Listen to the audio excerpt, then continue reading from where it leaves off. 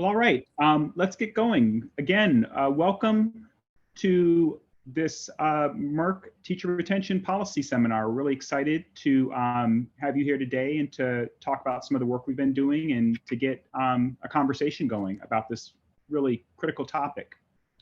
My name is Jesse Seneschal. I'm the director of MERC. And I want to start just by telling you a little bit about MERC. I know some of you are familiar, but I know we have some folks from outside the MERC region, so I just want to give you the real quick spiel on MERC. MERC is a research practice partnership that is made up of a partnership between the School of Education at VCU, and we work with 6 Central Virginia school districts: Richmond, Chesterfield, Henrico, Hanover, Goochland, and Petersburg. And we do collaborative work where the school divisions, in conversation with the university, set a research agenda, and then we develop teams to work on critical topics in public education. The work is very much engaged in that we have VCU faculty and graduate students collaborating with school district personnel that bring context-specific practice-based knowledge to the table as well. So I think our studies are really rich because of the collaboration between university knowledge bases and practitioner knowledge bases. And so we're really excited about that. MERC's been around for a long time, around 30 years, and has taken on a wide range of topics over that time. And today's seminar is about teacher retention, which was a topic that was selected by our Policy and Planning Council, which is our governing board, which is made up of superintendents and research directors. It was selected in 2018, and we assembled a team for that, and they've been working on a number of different components, and this is one of them, which is the questions around teacher retention policy. So we're going to have a couple things today, and there's a link there for the website. We have I think a pretty cool website, and you should check it out. It includes a dedicated page to this project, which talks a little bit about the design of the study, has access links to several of our reports on the study, including this one. One of the things that MERC does that you might want to check out is our podcast series, and there's actually one podcast that's dedicated to this project. There are videos you can access, and you can see the team members that are on this that have worked on this project, both from the university and the school division side. So next slide, please. I want to tell you a little bit about what we're going to do today. All right, so we're going to start this seminar with a presentation about a recent report that came out on teacher retention policy, analysis of policies and practices across federal, state, and division levels. And this is going to be presented by two of the authors of that report, Adria Hoffman and Andrea Castro. And I'm just going to give you a really quick introduction to these two. Adria is the Anna Lou Schaberg Professor of Practice in the Department of Teaching and Learning at the VCU School of Education. And she also serves as the president of the Virginia Association of Colleges and Teacher Educators. And her work focuses on early career teacher support and teacher retention. And the presentation is also going to be co-presented by Andrea Castro, who's an assistant professor in the Department of Educational Leadership, and she's research faculty at the Institute for Inclusion, Inquiry, and Innovation at VCU. Castro's research explores the cultural politics of race and education policy with a specific emphasis on teacher recruitment and retention and teacher diversity. So we're going to hear Adria and Andrene talk about this policy report, and then we're going to move into the second part, which is the bulk of this seminar, which is an interactive panel discussion. And I call it interactive because there's going to be some time when Adria, who's going to moderate the panel, is going to pose questions to the panelists and have them respond, discussing this topic of teacher retention and sort of the current context of teacher retention. Then we're going to be moving into a breakout session because we recognize that there are not just on the panel, but in the audience today, there's so much expertise. We have folks from across the state that are playing various roles in the education system and we all know that you bring valuable knowledge to this discussion. So we're going to try to tap into that a little bit and have you work in some breakout groups. If you could put the slide forward one, Andrene. We're gonna have you work in some breakout groups where we're gonna have you think about policy ideas for the current state of teacher retention. We're gonna then come back and have the panelists reflect on the ideas that you put forward. We're gonna put them up on a Jamboard and have them react to and discuss some of the policy ideas that you develop. So with that, I'm gonna go ahead and pass it off to Andrene.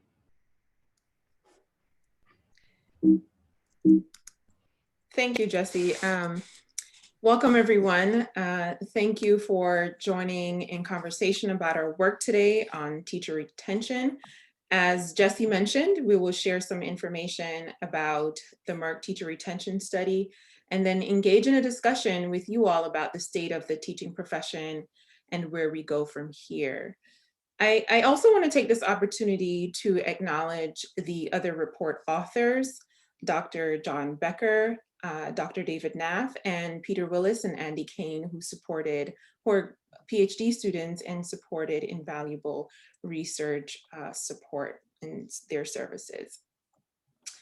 Before I begin discussing the report, I'd also like to take a moment to, as Jesse already mentioned, make a plug for our discussion on teacher retention, where we, along with Andy Armstrong, an assistant superintendent of administration in Goochland, we dove a little bit more into the challenges and opportunities for teacher retention.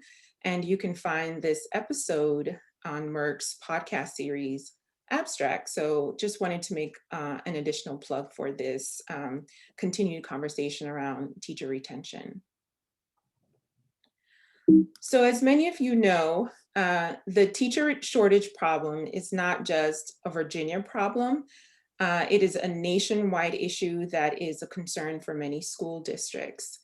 The figure on your screen from the Learning Policy Institute shows that by 2025, there will be an estimated shortage of about 300,000 teachers as the student population continues to grow. And in Virginia, like many parts of the US, a part of this problem reflects a decline in the number of teachers who stay in the profession over time. So as you see from the second column of this figure, the percent of teachers who stay in their schools from year to year hovers right around 80%, but this obviously varies by school division and across various teacher characteristics, like whether a teacher is provisionally licensed or, for example, a teacher of color. And on a more regional level, the third column shows that about 10% of teachers across all MERC divisions left their division in any given year between 2008 and 2018. And so given these various challenges around teacher retention, we sought to better understand the various policies supporting and or constraining teacher retention, because as we know, having a stable teacher workforce promotes student success, it improves working conditions and environments for teachers, and it reduces the financial and organizational costs caused by patterns of high turnover and attrition. So the purpose of our report sought to provide some insights into teacher retention and offer practice and policy recommendations for school divisions. We examined the following research questions: what teacher retention policies exist at the federal, state, and local levels? How are these policies structured at the state level and local levels? And finally, how do teacher retention policies vary across the MERC divisions? And as you can see from these questions, they span various levels of government, federal, state, and local, and we wanted to understand these across the spectrum. And so because we wanted to better understand the teacher retention policies across these various levels of the ecosystem, we first conducted an online document analysis of federal and state level policies. This data helped inform how retention policy is framed at these levels. And at the local level, we also solicited input from MERC division leaders and conducted semi-structured interviews with 10 school division leaders familiar with teacher retention practices. We also conducted a brief content analysis of division level documents related to teacher retention, such as examining websites, strategic documents, and division level information. And to ensure our findings were reflective of what division were actually doing, we conducted member checks, allowing division leaders to corroborate or add to the findings that we came up with. And so the report exists in these various 4 parts, but for today's presentation, we will briefly review the framework and the methods for the project, but then spend most of our time focusing on the findings and the conclusions and recommendations for teacher retention policy. So before we dive into our findings, the last thing I'll share is the policy and practice framework. And I'll start here by sharing a definition of what policy is to really frame our discussion as we talk about retention policies a bit later on. So policies are generally understood and defined as rules for structuring everyday practices, but Osher and Quinn offer a definition that's a little bit more in detail, and they define policies as documents and guidelines that mandate or prohibit behavior, reward, sanction, legitimize, and provide inducements for particular behaviors, transfer resources to enable particular types of activities, and define or transfer authority. So working with these various definitions, we then sought to explore how various types of policies affect retention at the division and school levels. And so we examined 5 types of policies, as they include strategies for economic incentives, avenues into the profession, teacher hiring processes, teacher professional development, and working conditions. And I'll quickly define these so we have a clear understanding and working knowledge of these terms. The first is economic incentives, and these are monetary rewards and can take various forms like salary increases or tuition grants. And then there's avenues into the profession, and these consist of recruitment strategies to improve teacher supply. A third strategy is teacher hiring, and this focuses on hiring strategies that divisions in schools use to improve identifying, selecting, and hiring well-qualified teachers in specific schools or contexts. Professional development opportunities include resources provided by states, divisions, or schools to improve personal and or professional growth within the workplace. And then lastly, working conditions are policies and practices that seek to improve the organizational environment within schools to ultimately affect retention. So using this topology as a guide, we examined division level documents and interviewed division leaders to identify policies across each of these domains. And a key finding from our multi-pronged analysis reveals a system of policy incoherence. But to emphasize an asset-based approach, we are simply defining policy coherence as 1, the coordination and integration of activities to ensure desired outcomes. 2, intentional policy design to maximize benefits. And then finally, 3, to reduce areas of fragmentation between systems as we explored retention across the state, division, and school levels. Now I will turn it over to my colleague, Adria, who will discuss our findings in a bit more detail. Thank you so much, Andrene.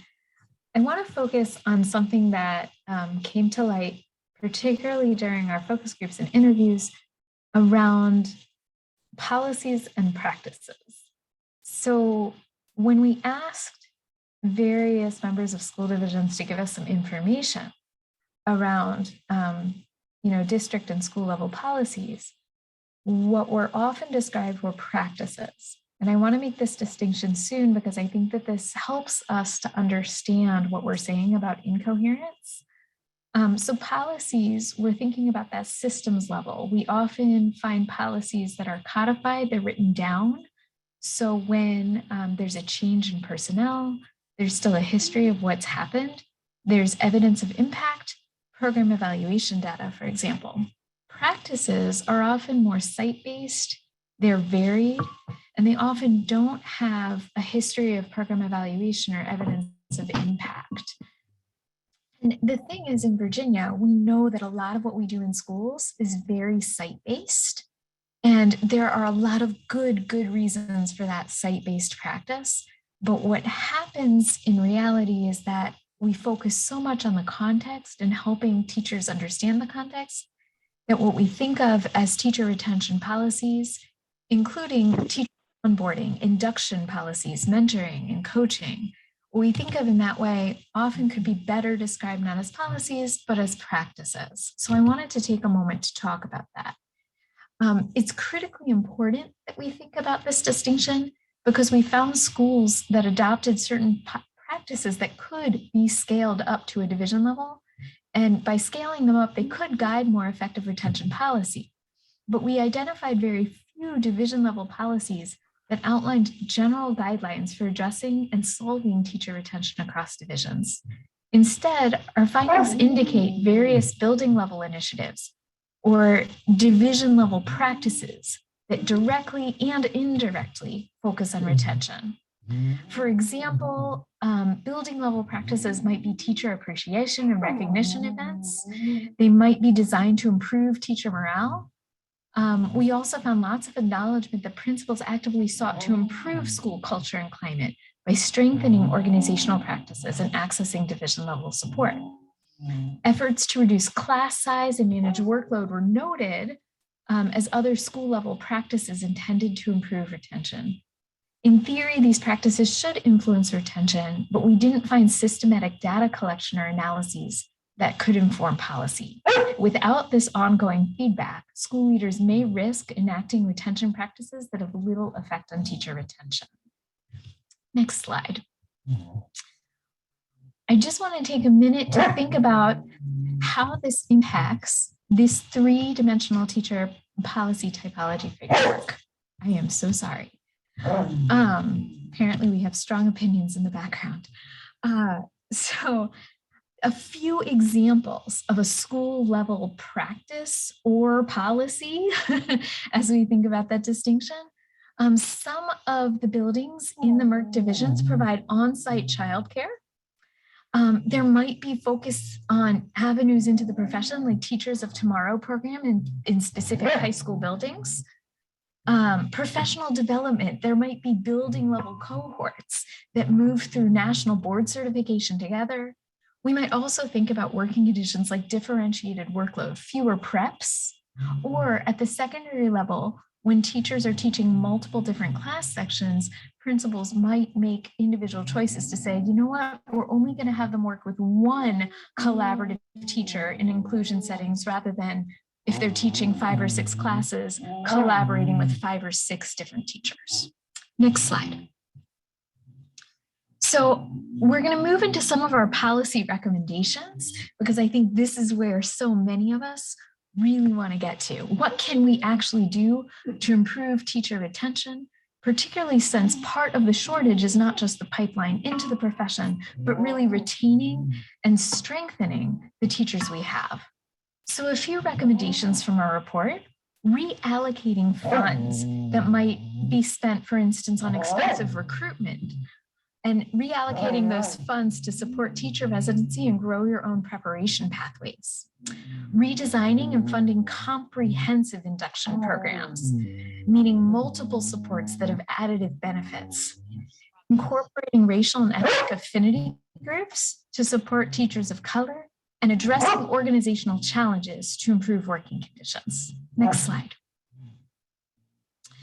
Creative compensation. So of course, we always think about raising teacher salaries, but there are in-kind incentives, like some of the school divisions providing on-site childcare, or waiving the tuition requirements, or providing like low-cost tuition requirements for teachers who live in a neighboring division to bring their kids to schools in that division.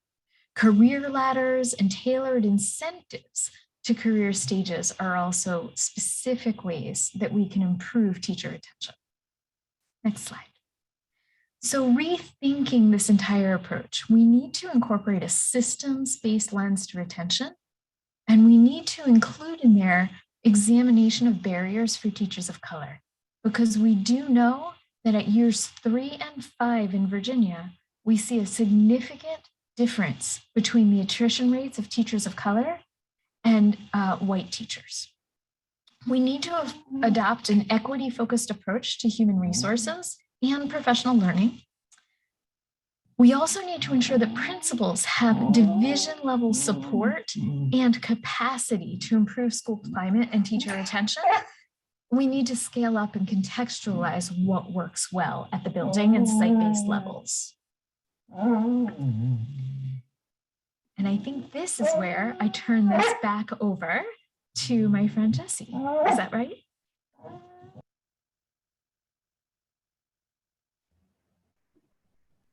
Maybe. I can take it also. Well, yeah, I think what we're going to do now is we're going to shift into the panel discussion, which is, Adria, I think you're going to lead. So we're going to move into, yes, in the slideshow. And all right. Would you like me to introduce our panelists, or actually, that sounds great. I have a guest speaking that I need to distract.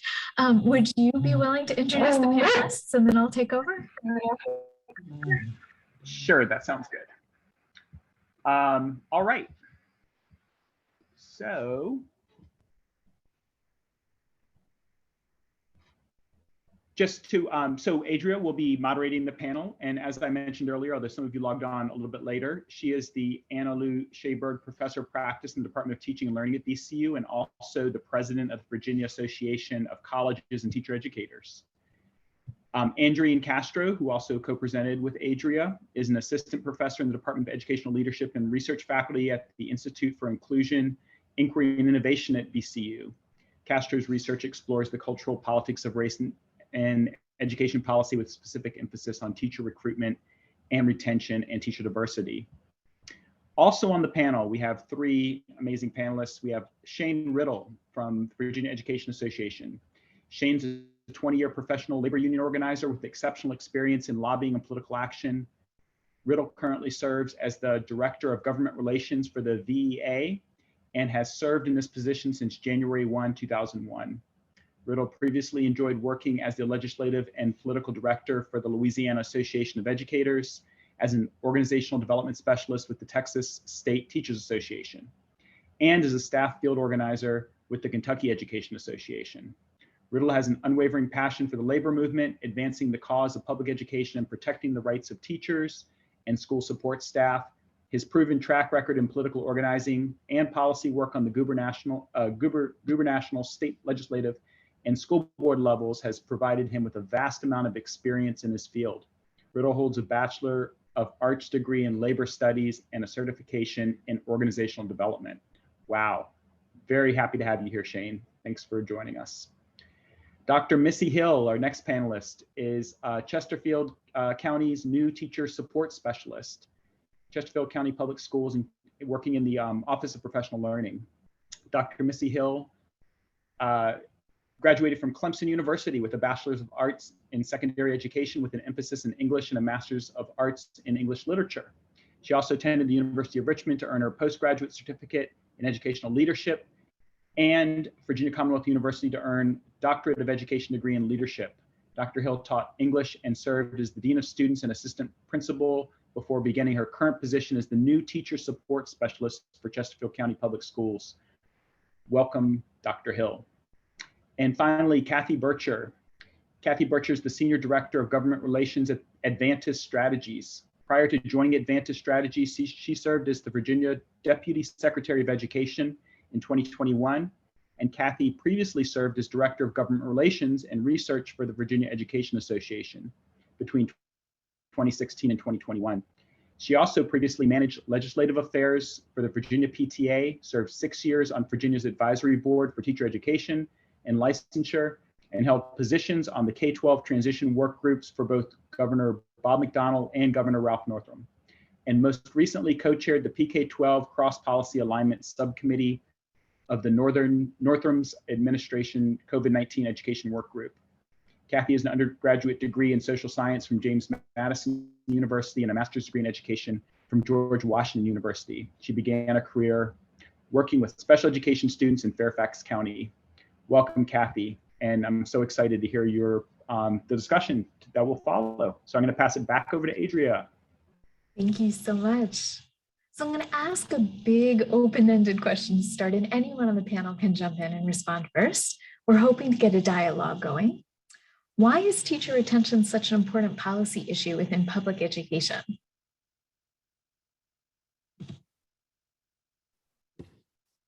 You know, I'm not shy. There's no public education without teachers. We could start there for sure. I also, just to frame this all up, and so appreciate the research you have done and love the separation of policy and practice, because I think we see a lot of practice solutions implemented in Virginia under the guise of policy practice. But I also think, aside from without teachers, there's no public education, which is the core and bedrock of our democracy. And that's a whole nother conversation for another day. But the pandemic really demonstrated the economic impact of public education, not just on producing the future workforce, but also ensuring that our workers can stay working. We saw a real, I thought at the beginning of the pandemic that this might be the solution for public education, because people really realized how important it was to have a fully engaged community of educators working every day with children. Unfortunately, I think that fell away, but to me, it's kind of all of those bits and pieces together.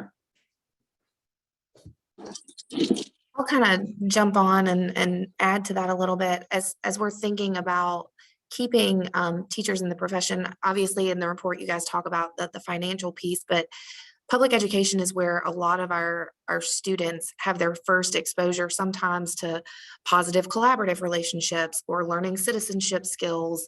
And if we think about some of the things that cause attrition, it can be rooted in climate and culture issues. And so if we think about teacher retention in terms of creating an environment that is positive as a workplace, and thinking about the student outcomes that come from that positive workplace environment, we're ultimately striving to keep people in the profession, but that in doing so, we're creating an environment that's positive for student learning, that improves student outcomes, saves the divisions money, but really it's just rooted in making sure that people are happy as we're informing a whole new generation of voters.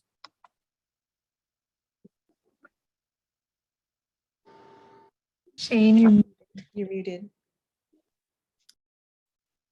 Oh, sorry about that. You know, that's a common problem on virtual meetings. Thank you for having me on the call tonight. To answer that question about teacher retention, why is it such an important policy issue? I think if you ask rank and file teachers, I think they'll tell you that very high turnover undermines student achievement. I mean, the constant churn, I think, exacerbates staffing difficulties that lead to the shortages. You know, and students in these hard to staff schools, you know, they suffer the consequences of the turnover and the shortages. And I think if you ask school districts, I think you'll find that most of them will agree that this turnover imposes really significant financial cost to the district.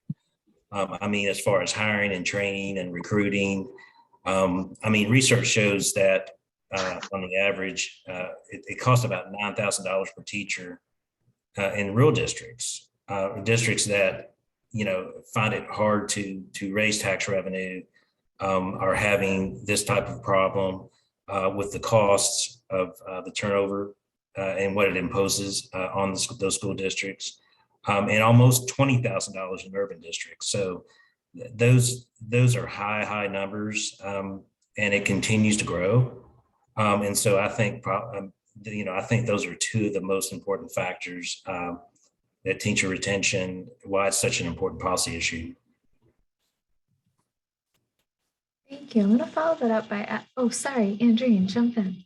No, yeah, I was just gonna add, I think in addition to what's already been said, which is extremely important when we think about the organizational and financial costs of teacher retention.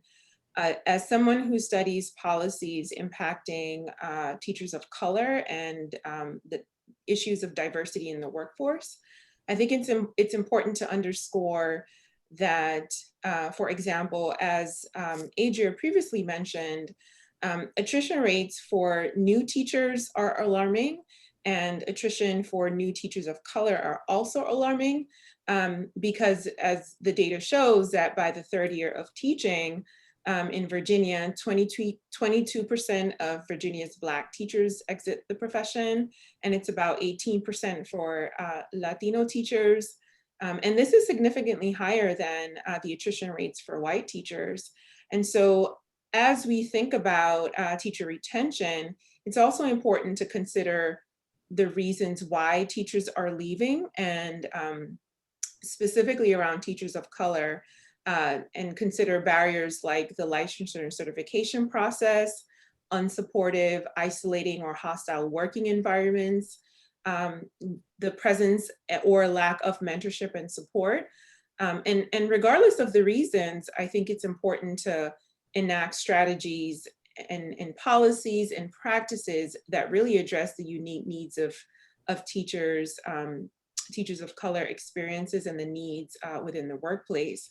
Because as Shane just mentioned, student outcomes and student achievement is critically important. And a part of that is ensuring that our teacher workforce reflects the diversity of our student population.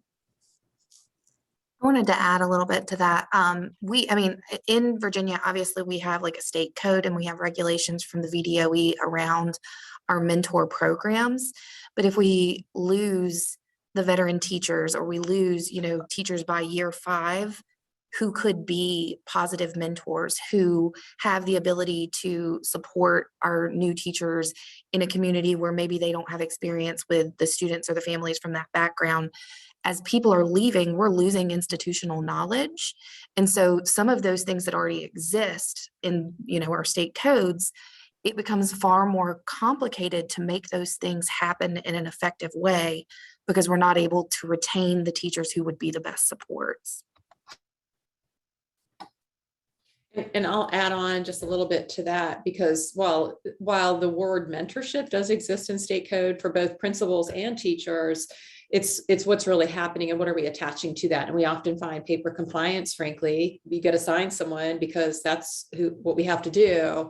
And the time isn't there for either the new teacher to really spend in that other teacher's classroom, or that the mentor teacher to be in the newer teacher's classroom to really help them understand real time what they could be doing differently. And really that's what mentorship should look like. I know the board has looked at both the teacher mentor program. We push them really hard to think beyond 3 years.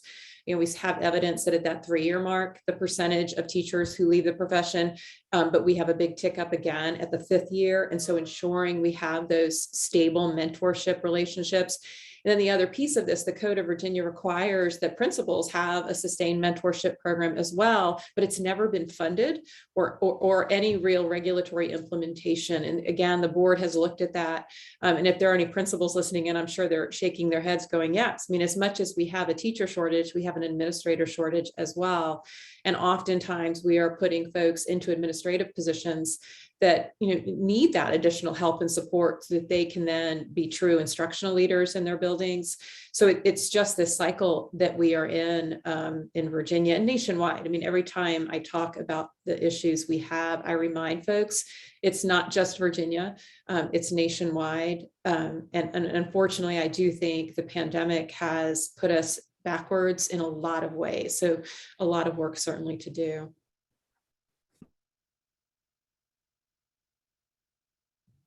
Thank you. I'd like for us to zoom in and just take a closer look at Virginia in particular. what has teacher retention policy looked like in Virginia over the past decade?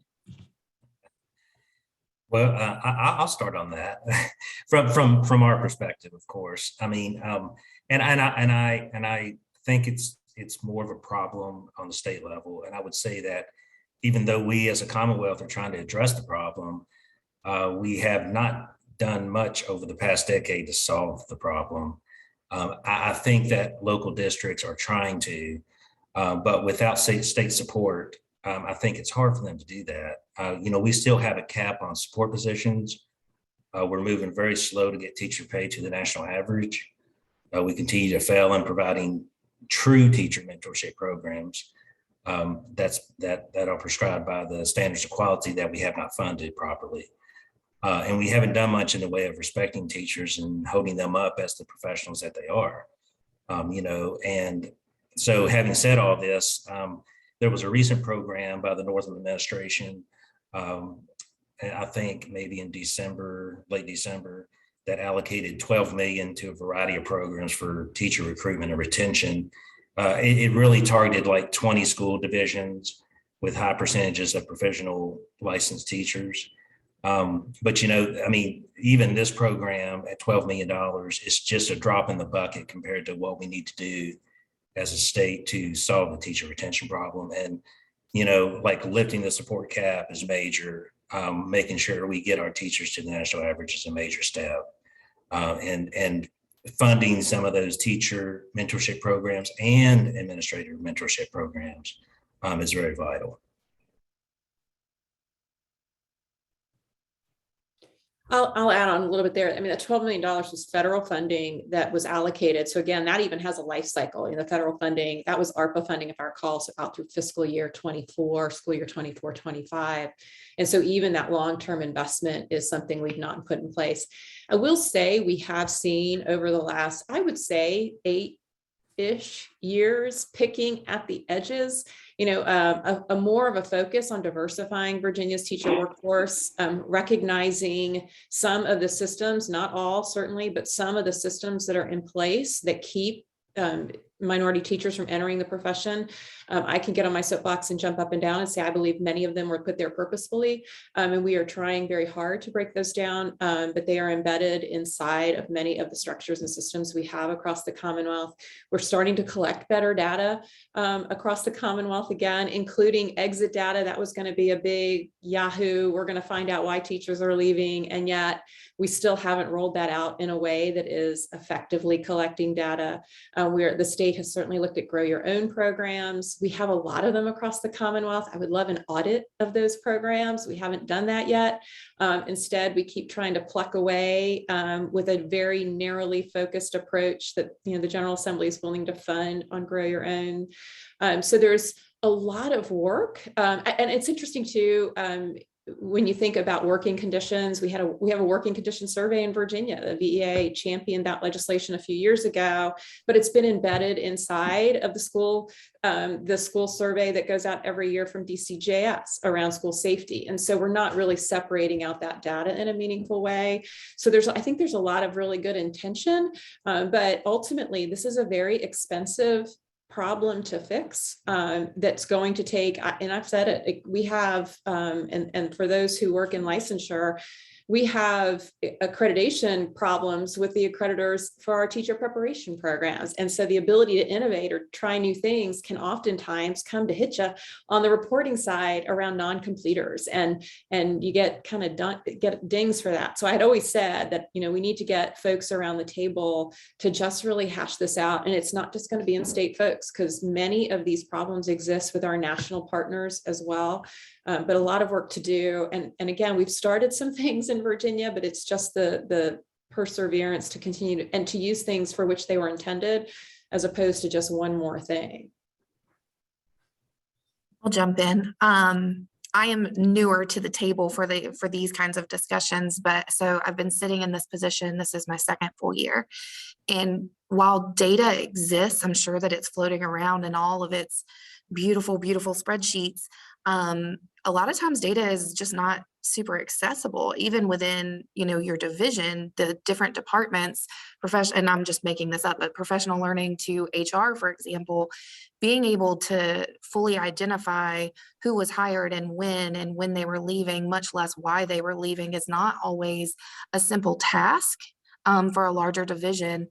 And then if we think about the data that we're actually reporting to the VDOE, for example, for me with the mentor program, well, they only care about year one. I only have to tell them who is a year one teacher. It doesn't matter if it's a person who transferred from South Carolina to Virginia, and so they're learning all of this new stuff, even with 5 years of prior experience. And if we think about creating a supportive environment, we need to be thinking about year 1 through 3, of course, extend that to year 5, but we also have to think about our career switchers, the people who are coming to us from different states, and all of those little layers of support that can really be the difference between a person staying or going. There aren't a lot of accountability measures there, and there's not necessarily great communication within divisions to make sure that we even have our thumb on the pulse. I see Gwendolyn's question in the chat. Irony of ironies, I'm from South Carolina, and I did my first year of teaching in South Carolina and benefited from that mentor program.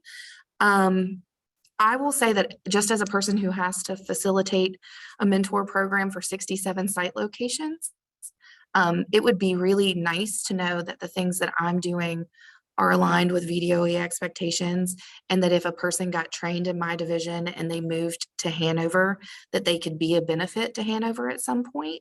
But I still think that there is something to be said about if people are moving between divisions, there's still a learning curve. So I would say, yes, it never hurts to have guidance, but you still would want to have some autonomy within your division to some extent.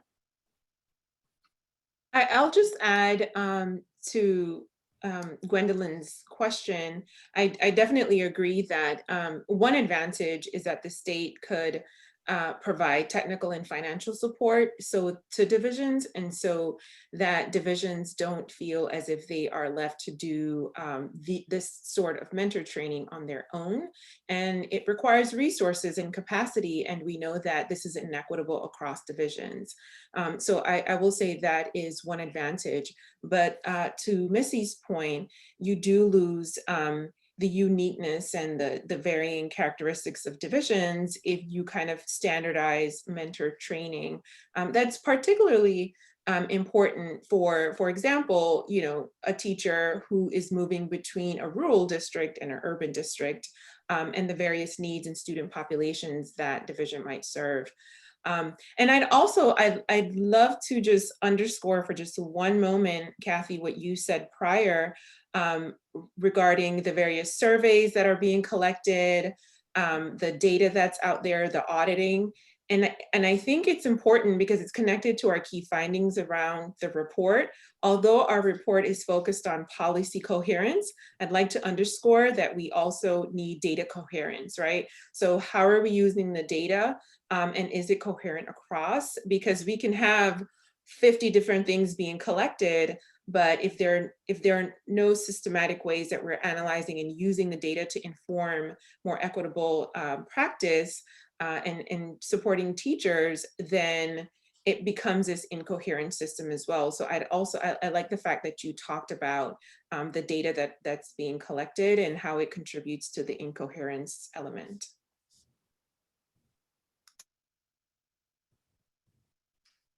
Thank you all. I want to shift to the current moment too. So amid the pandemic, we're struggling to keep teachers in classrooms. We have health-related absences on the rise, vacancies in key positions, subs are hard to find. How do we make sense of the current crisis in relation to these prior trends in teacher retention?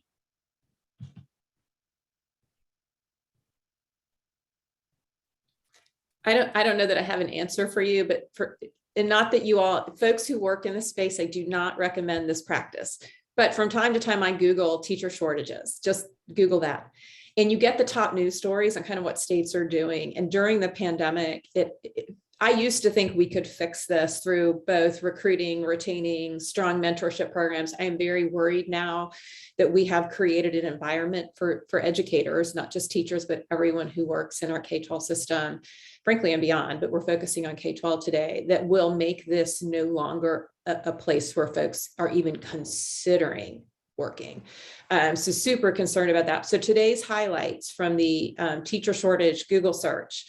Let's see. In New Jersey, they're bringing in the National Guards to substitute teach. In Texas, they're going to bring in parents. And then let's see, I'm sorry, New Jersey is recruiting from other countries. It's Kentucky that's bringing in the National Guards. And Pennsylvania, which used to be the top place where Virginia, outside of Virginia, we would get our teachers, their number of teachers they're going to be graduating is down 66% since 2010. And so just this really huge systemic problem, and then only exacerbated by this attack on teachers. And I think we can't, even when we started thinking through this and we got the invitation to participate, we're in such a different space in the Commonwealth of Virginia from even then. You know, if I go to one more meeting when I am told out loud by policymakers about our failed system of public education in Virginia and the tip line for teachers, I don't know how you get past that, you know? And so all of that being said, we are not making this any easier or better. I saw a recent survey that 55% of teachers nationwide are considering leaving the profession earlier than they had anticipated. And so I don't have an answer here. I don't recommend Google searching every day, teacher shortages, but I mean, that's where we are. When you start reading those kinds of things and the solutions we're seeing in the General Assembly right now, other than being told we have a terrible failing system of public education, is how do we get folks from another country to have their license very quickly turned into a Virginia teaching license? That's not getting us out of this crisis. And so, gosh, not an answer, and I apologize. Sometimes I just get frustrated and wanted to vent a bit. So I'm looking forward to hearing what the rest of the panelists have to say about my Google search today. Well, Adria, I'll chime in here to make sense of the current crisis that we're in. You know, the NEA, they did a new survey. Now it was a national survey, so we may have to drill down into Virginia to get a better picture. But the NEA revealed in their survey a startling level of stress and burnout among educators. And then I think that this is nothing that anyone that's on this call does not know about. And there's a large increase in the percentage who say the pandemic has made them more likely to retire or leave the profession earlier than they had planned. While much of this has centered around school closures, the reality is that 94% of educators report that their schools are fully open for in-person learning, despite what we may hear, you know, in the General Assembly in regards to in-person learning. But in the survey that the NEA conducted also asked NEA members, and they support several proposals to address, you know, this burnout and what they're experiencing due to the pandemic. And a lot of these proposals, the top three are like increasing pay, of course. I mean, everyone's heard that, but hiring more staff. And I believe the only way that we do that is to make sure that we lift the 2009 cap on support staff. That to me is one very, very, very important step that the General Assembly can take right now to do that and to provide immediate relief so that we can get the counselors and the psychologists and those mental health professionals that we absolutely need to relieve some of the stress and burnout of teachers, you know, practicing what these professionals should be practicing with our students that need that help, especially those at-risk areas. And so, you know, those are some of the key findings that the NEA has found. You know, more mental health support for our students, increasing pay, and hiring more staff. And I just believe that these, now there are more, right? And we can go down the line and further down the line, but from our members rank and file in the classroom, these are some of the highlighted proposals I think that would address their burnout. I would add to that the mental health support for our staff as well. I mean, definitely for students, but I was in a totally different session where they were talking about ways that they were using funding to provide more support, you know, for EAP as well. Because quite frankly, we all know this is a very stressful time. It's been hard on families. It's been hard on teachers. One of the things that I was thinking about when I heard this question was also just like the physical building prior to the pandemic. Oh, just lost my lights. Prior to the pandemic, you know, there were already discussions about like air handlers in buildings for different reasons than COVID-19. And just thinking about how the stakes went up so quickly in terms of overall physical health and the communication that has come from so many different levels about the concern or the lack of concern for the physical health, not the mental health, the literal physical health and well-being of the people who are coming into the buildings. It's hard to be a human and know that people don't care if you can breathe or if you are breathing something that is unsafe. Like that's really hard to get up every day and be okay with. So I mean, to some extent, like infrastructure, we need to be thinking about those filters and communicating what that actually means. I've never heard so much about air filters as I did in 2020. But the reality is, even in 2020, when we were first talking about coming back into buildings, we weren't necessarily talking about air filters at the highest level that we possibly could. We were getting to an acceptable level, which communicates something to your staff. It communicates something to the human beings who are supposed to walk into the building every day. You know, I agree with Missy, and I want to just mention that was the fourth, besides the three that I mentioned in the NEA poll, what Missy mentioned was the fourth on the list for school modernization and ventilation services, you know, and modernizing those services inside the school building. And so I appreciate her mentioning that, because that was number 4 on the list. Thank you so much for that. I want us to shift gears a little bit because we do want to have time for breakouts. And we have so much expertise in this meeting. We looked through the attendance list. We know many of you, and we know of many more of you. You represent a wide range of professional roles, and you represent a variety of regions across the Commonwealth of Virginia. So what we're going to do now is break you into groups to tap into your expertise. And I'm going to just ask you a big question, and I'm also going to put it in the chat so that you can look back to this. So the question is, what specific division level practices can be scaled up to create more coherent policy? And I'll put that in the chat as well so everyone can see. And I'll turn it over to Jesse for a bit more guidance in opening up the breakout rooms. Yes, I've set up the breakout rooms. There are 8 of them, which means there will be about 5 or 6 people in each room, which should create a good dynamic for conversation. We'll have about 20 minutes, so we'll go from 4:55 until like 5:15. And introduce yourselves. You know, maybe talk about your role and professional role and affiliation. And then, yeah, what our hope is that at the end of the breakout time, you will be able to come back and post up on a Jamboard that I'm going to share one idea that you have, a policy idea that you have, a practice that could be scaled up to a policy.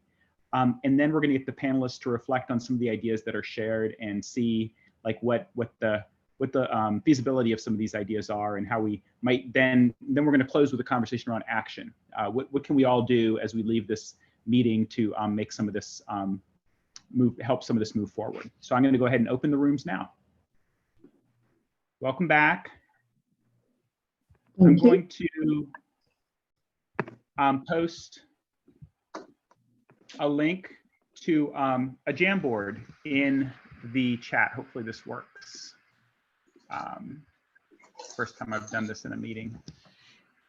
Well, I tried it once before and it didn't work. So hopefully this one works. So what I want you to do is click this link to the Jamboard, and basically a Jamboard, if you haven't used one before, is like a big whiteboard, and you can create Post-it notes and put ideas on it. And so what we'd like to do is have you all put ideas on this Jamboard that emerged in your conversations. And it doesn't just have to be one idea from each group. I'd like to see multiple ideas from groups come out. If you think your idea is connected to somebody else's idea, maybe move it over to their, by similar ideas. And then Adria, maybe you could, you know, and other panelists, just start to respond to some of the ideas that are coming up. Absolutely. We'll give folks a couple of minutes of teacher wait time so they can process it, and then we'll get rolling. I'm going to jump in because one of the things that popped up was it came up in our conversations, and we think about professional trust and treating teachers like professional, and yet when it comes to licensure and recertification points, it's almost like you're being I don't want to say attacked, but like you have to have every piece of documentation and do a reflection form and a backflip to verify that you did some sort of learning, right? And we all know that some of the best professional learning happens in a PLC, in a collaborative conversation with a colleague, and yet those are the kinds of things that would not be granted professional development recertification points. And so the piece that says, you know, allowing those PD points for making collaborative connections and having some of those professional conversations, I'm wondering from VDOE down to licensure departments, what would that look like? What would be necessary for the evidence, the proof component, to make sure that the I's are dotted and the T's are crossed, but we're giving teachers the voice and choice in their professional learning that we're asking them to give to their students in the classroom? I'm going to respond really quickly, and I know that Kathy and I have been engaged in some of these conversations together. I would respond first just to say what is. Right now we have this menu that doesn't quite function as a menu, right? We've got this list, and it's for relicensure, and it's about the seat hours, the time required. But we know that in adult learning, and frankly, learning broadly, time spent doing an activity doesn't actually equate to retention of new ideas or application of new skills. And so job embedded professional learning and demonstration of specific skills and competencies and knowledge would reflect not only current research in adult learning, but also move us towards this place where we're modeling what effective practices are, rather than what is the right term here right now, compliance orientation. Sign me up. Yeah, absolutely. And you know, a few years ago when the General Assembly through legislation made the licenses 10 years, they're like, well, we'll just double it to 360 points. And getting the board to even understand, like, just counting like that doesn't make sense for really effective professional development and the kinds of things we need to be doing. Now, they went to 270 because they had to have a number. But I do know they're still in work, and it's still a work in progress in conversations. One of the things that I keep hearing over and over again, and I don't, it's all good. And if Lori McCullough was on this line, she may be, and she's going to send me an email later, is this my idea of micro credentials and easy to access. You know, they're very targeted, but I think what's important, and put COVID aside here, is that interaction with your colleagues around best practices and around those professional learning collaboratives that we know are incredibly impactful. And given the space and opportunity to do that, and to allow for that to count towards your tick marks that you must collect and then backflip towards for those recertification points. I'd like to just hop in on that, Kathy, because I'd like to give a shout out too to Louise and Jennifer, who was in my breakout room with me, and their idea and what they talked about, you know, is to establish a shared network on teacher recruitment and retention. So division leaders, those who are working on retention, can really learn from each other and develop best practices, again, with the aim of creating more coherent policy. So I definitely think that the idea of those PLCs are important across, not just for teachers, but leaders at the school and division level.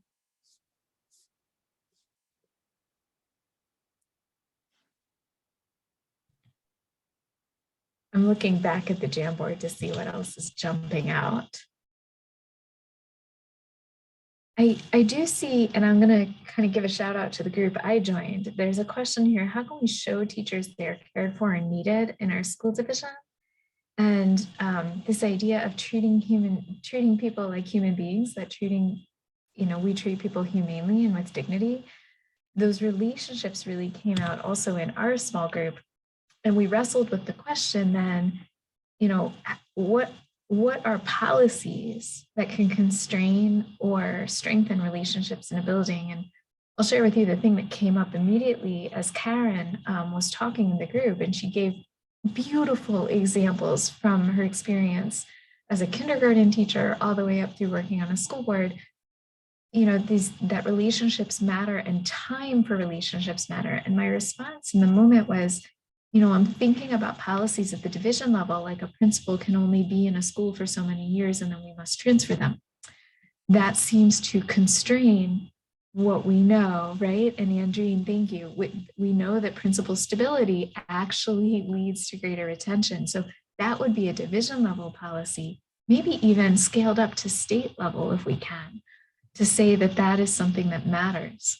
Another one might be just observations, and Julie jumped in from Loudon talking about for first year teachers, it has to be the same administrator in the building that conducts the observations for the first year teachers. That builds a relationship rather than having, 4 different administrators do your evaluative observations or even your non-evaluative observations. Build a relationship with one person first. Adria, we had a really good conversation in our group. We had Kenneth, he's the school board chair in Petersburg, and Crystal, she's a reading coach in Hanover. And then Caitlin, she's also, Crystal is T&L. She's teaching and learning in Petersburg. And then Caitlin is in Hanover, and she's a reading specialist. But, we all talked about the fact that teachers need to feel like they're cared for. And I saw a few other post-its on that, but one policy that we talked about, and it's in practice in a lot of districts, but it may not necessarily be, and it could be a temporary policy where school districts could utilize their ARPA funds to allow teachers if they were to contract COVID, that they would have a COVID leave policy where the district, they wouldn't have to dip into their sick leave or their personal leave in order to be out for, the quarantine period. And they could also take that leave for maybe their family. And so I think that may be a good temporary policy, because sometimes teachers may fear if they do not have leave and they take leave without pay, that, they may not be able to come back into the classroom or come back to school. And so they may be very fearful of that.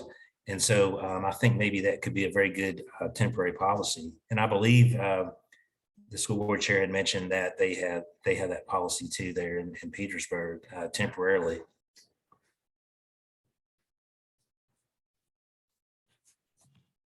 Thank you. And thank you for the comment in the chat too about COVID leave policy updated in Arlington to expand it to 10 days. I will give the plug on the COVID, all of the federal COVID dollars that have flowed into our school divisions. There's nothing that has been mentioned yet that is not allowable use by Treasury guidance. And so, unfortunately, there are division level policies at this point, but, make sure you're advocating for those kinds of policies and allowable use. They're allowable uses with all rounds of the federal money that have come into school districts.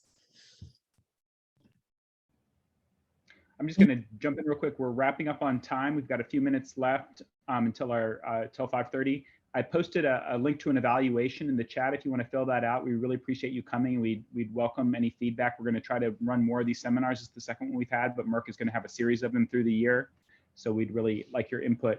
And I just want to pose a final question about action. What do any of you have ideas, a panelist, of things that we can all do as we leave today that can help move the state of the profession forward in the state of Virginia?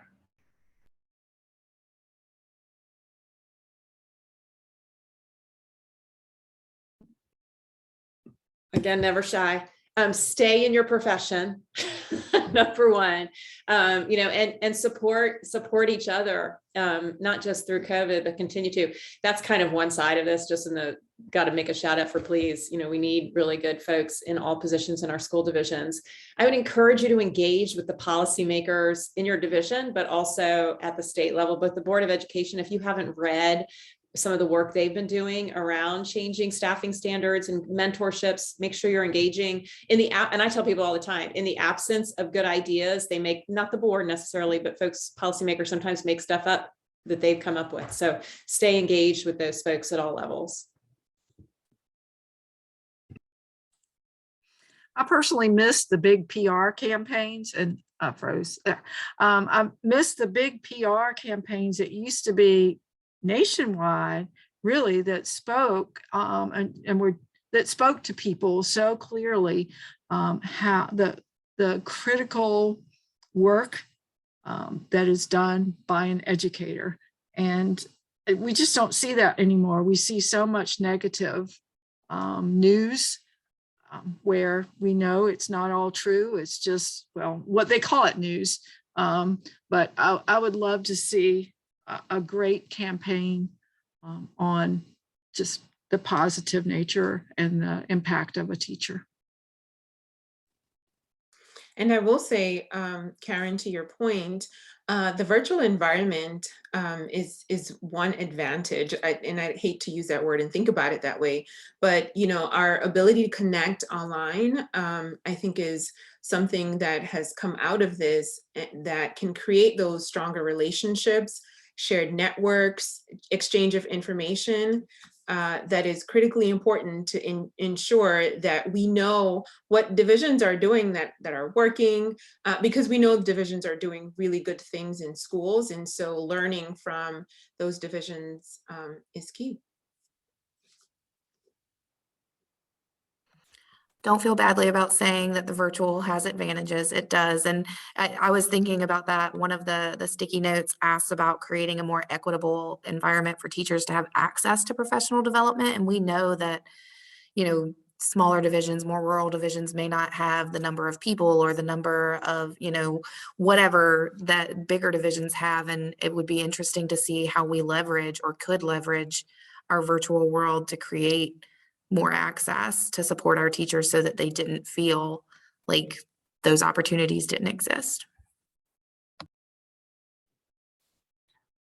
I think one way to reduce possible burnout and stress amongst our teachers in the classroom is to make sure that they understand that there are a lot of parents on their side, right?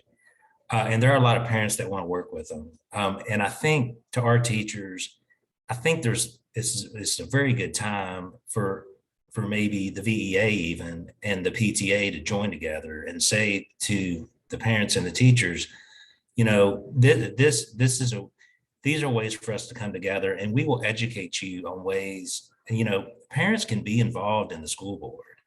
And on the school board level, I think they have just been, there's a narrative out there where they think that they can't. But there are policies in place for them to be involved. And I think it's up to us to educate the parents and say, hey, we want you involved, and have those conversations between parents and teachers so that they can feel comfortable with each other and patient with each other as, you know, the teacher educates their child. And I think, you know, having those conversations, I know that it may be good for us to embark on some type of, action around bringing those parents and teachers together to have those conversations.